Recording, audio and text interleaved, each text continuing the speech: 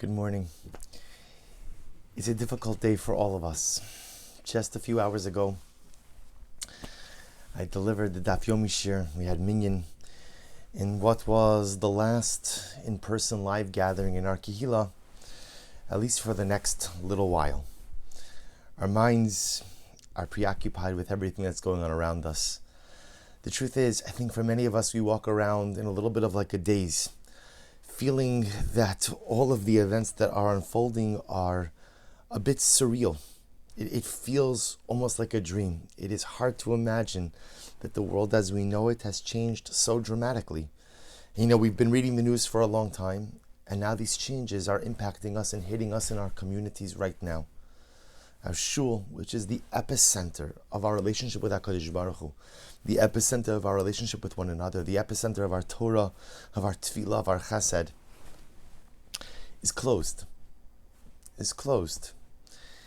And we have to figure out the way to adjust to this brand new reality. An email is going out to the shul speaking about the additional precautions we have to make, the need to avoid making it's almost like there's a Yetzer Hara to want to congregate and gather together to make minyanim, but we can't do that. Private minyanim should not be done. Attending minyanim at shuls that are open should not be done. And I've spoken a lot and written a lot about the things that we should not do in order to stem the spread of the virus, to flatten the curve, and to be responsible, not just responsible members of our own families and our own community, but responsible members of our greater community and responsible members of society. As frum, as Torah Jews, we have an obligation to model the right kind of behavior. And if we are being told to take proactive steps to safeguard our community, if that's what conventional medical wisdom is, then it is obligatory upon us to heed it, to observe it, and to act upon it. But I want to spend just a few moments not talking to you about the things that we should not do, but to speak to you a little bit about the things that we should do. Because in the coming days, our whole framework of ruchnius, our whole framework of spiritual dynamic activity is going to change. Because so much of what we do on a ruchni level is focused on doing it in a minyan, in a group, in a shir, as part of a chevra. So we have a struggle on one hand to try to maintain that social connectivity, even if we're all doing it from our own individual satellite locations. And we have a challenge of trying to figure out how our relationship with HaKadosh Baruch Hu is supposed to look. We are a community that is so focused on everything but tzibur. We try to daven with the tzibur, with the congregation. Our simchas, our tzaras, everything done but tzibur. And now the tzibur is going to be something that is going to be a little bit off limits, at least in the physical sense. So I want to share with you an incredible idea.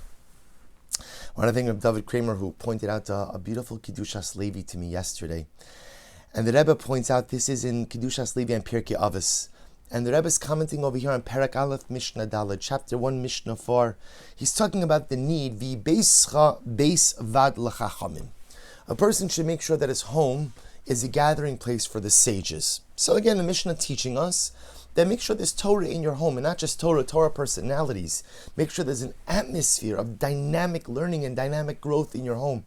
And Reb Levi Yitzchak Berditchev, our Rebbe, the great tzaddik, says something so incredible, and I want to quote you. He says, Kehine asidin bate yisol sheyechol yeretz Yisrael b'zman Mashiach. So he says, quotes over here the idea that we know, the Gemara Maseches Megillah says, the asidin bate kinesios bagola.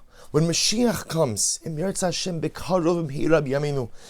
is going to come, Geula is going to come, redemption is going to come, and we're all going to go back to Eretz Yisrael, and the Beis Hamikdash is going to be rebuilt.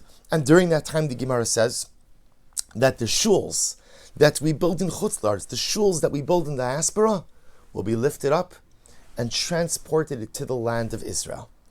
And the Rebbe says, it's not only shuls which will be lifted up and transported to Eretz Yisrael, but explains Reb Levi Yitzchak Berditchev, Asidin Bate Yisrael, Jewish homes, will also be uprooted and transported from diaspora to Eretz Yisrael. It's not just the shuls that will be uprooted and transported, but Jewish homes, Batei Yisrael, Sheyelchu Li'eretz Yisrael Bizman Bias Mishichim Mihira B'Yameinu. Homes are going to be lifted up. Homes are going to be transported. So the Rebbe says, where does the Rebbe get that from? And he says something so beautiful. He says, Uma Bate Kinesios, She'ikaram Rak L'Kriyah Shema, U'Letfila, U'Tfila Hi Mitzah D'Rabbanan, and Kriyah Shema Plugta B'Shachs D'Rabbanan, Asid in Shelch Yisrael. What is a shul used for? A shul is primarily used for tefillah, for davening. The truth is, davening is a rabbinic obligation. Davening, Shmona Esrei, Shachris, Mincha, Maariv, it's rabbinic. Okay, so Kriyah Shema, the recitation of Shema, may be D'Oraisa, but even the recitation of Shema of D'Oraisa, the biblical obligation of Shema, doesn't require a minyan. So says the Rebbe something so amazing.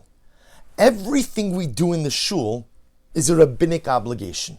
Exceptionally important. The Rebbe is not minimizing it. Exceptionally important, but the concept of tefillah b'tzibur, the concept of davening, what we do in a shul, is rabbinic. And the Rebbe goes on. He says, however, ki yadua batei yisrael sheyesh b'hem harbe mitzvos d'oraisa, kegon mezuzah, birkas hamazon, Torah, tzedakah, v'harbe ki yotze b'hen, alachas kama v'kama, sheyisku la'alos Eretz Yisrael.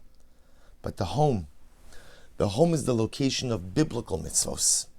It's in the home, the Rebbe says, that we affix a mezuzah to our doorways, a biblical obligation. It's in the home that we bench, we recite Birkas Hamazon after we eat, a biblical obligation. It's in the home where we learn Torah, a biblical obligation. It's in the home where we give tzedakah, not just money, but the home which is the epicenter of the kindness we're able to do for others. And kindness starts at home, tzedakah starts at home, chesed starts at home. So the Rebbe says, if shuls, bate kinesios, which are the epicenter of dynamic activity, but rabbinic dynamic activity, mitzvos midirabanan, rabbinic obligations, if those places, shuls, are going to be uprooted and taken to Eretz Yisrael, then all the more so our homes, which are the site of dynamic biblical activity, mezuzah, benching, Torah, tzedakah, of course will be uprooted when Mashiach comes and will be transported to Eretz Yisrael. Such an incredible idea. And my dear friends, how important this is in our days. As I mentioned this morning at the end of Daf Yomi, our entire ruchnius is going to shift. It's going to shift from the epicenter of the shul to the epicenter of the home. But lest you think that by taking your davening to your home, by taking your learning to your home, by taking your chesed to your home, that you're somehow losing out.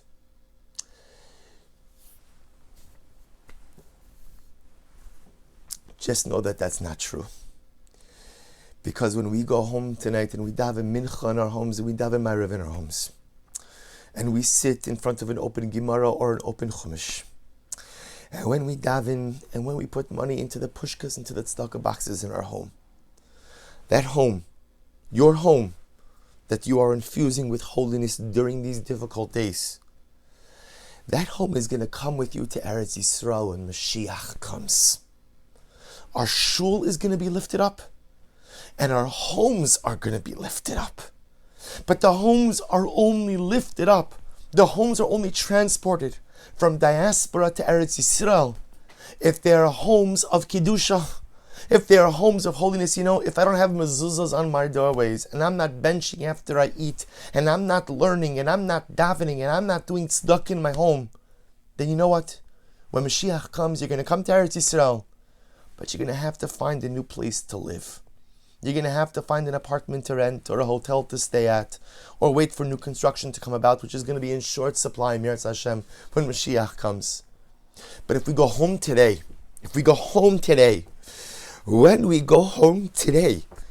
if we daven with extra kavanah in our homes, if we learn extra Torah, if we bring our children closer, our spouses closer, if we bench with kavanah after we eat, if we go ahead and we value the mezuzahs on our doorways, whether we're kissing them or not, then our homes are infused with the requisite holiness.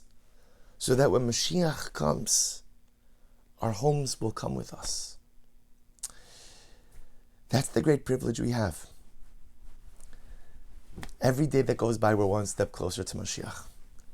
Every day that goes by, we're one step closer to redemption. Our shuls are ready to be lifted up and transported to Eretz Yisrael. The question is, are our homes ready? Are our homes ready to be lifted up off their diaspora foundations and be transported along with us to Eretz Yisrael with the Mashiach? And these days ahead give us the opportunity to answer that question in the affirmative. Because when I walk in, I'm going to remember when I see that mezuzah, that HaKadosh Baruch Hu is with me every step of the way of this journey. That I am never alone. Hashem tzilcha al yad yaminecha. Whatever is happening to me in life, HaKadosh Baruch Hu is there with me. And after I eat, I'm going to bench bekavana. V'yachalta v'savata uveirachta as Hashem lokecha. In these times when we're losing out on certain opportunities, I'm going to appreciate the beautiful brachos that I have. And when I daven, I'm going to say, Ribono shel olam, you are the healer of all flesh. You are the maker of all things. You run this universe. Bring us out of these difficult times and usher in a period of happiness, of simcha, and of refuah. And I'm going to become a greater Baal Chesed. You know, everybody loves Chesed opportunities. But sometimes we forget that Chesed opportunities start at home. You know, tensions are high. Supermarkets may be out of stuff and people are a little bit on edge. The greatest Chesed you could do is you go home and you soothe your wife, you soothe your husband. You make sure your children know that the world is not coming to an end, that everything is going to be okay. And whatever you are, mommy or daddy, abba, ima, mami, tati, we're here to protect you and you're going to be just fine. Hashem always has a plan. Hashem loves us more than anything and will always take care of us, no matter what is occurring in this world.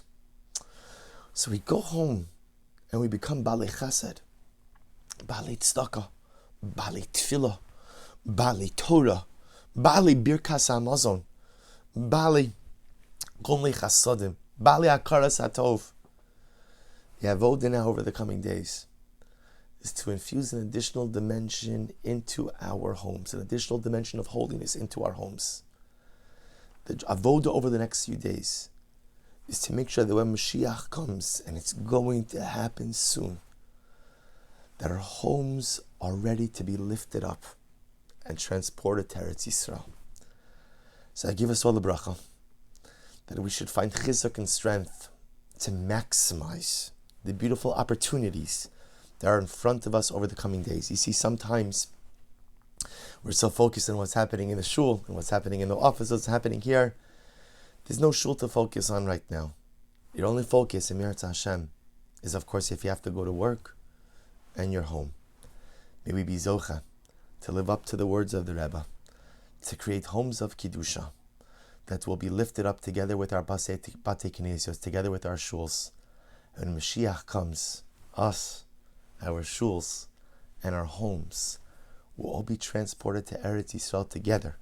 Mehi Rabbi Ameinu. Amen.